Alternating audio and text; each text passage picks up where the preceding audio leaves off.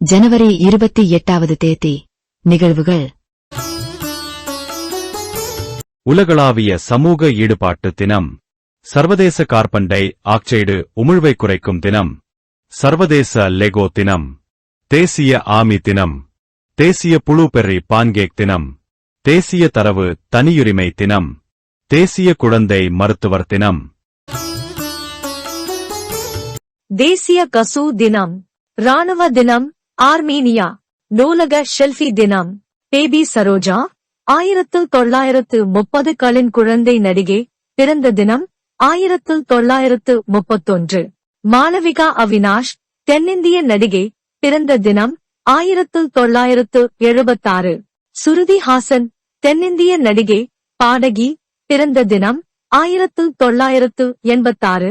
மியா தென்னிந்திய திரைப்பட நடிகை பிறந்த தினம் 1992.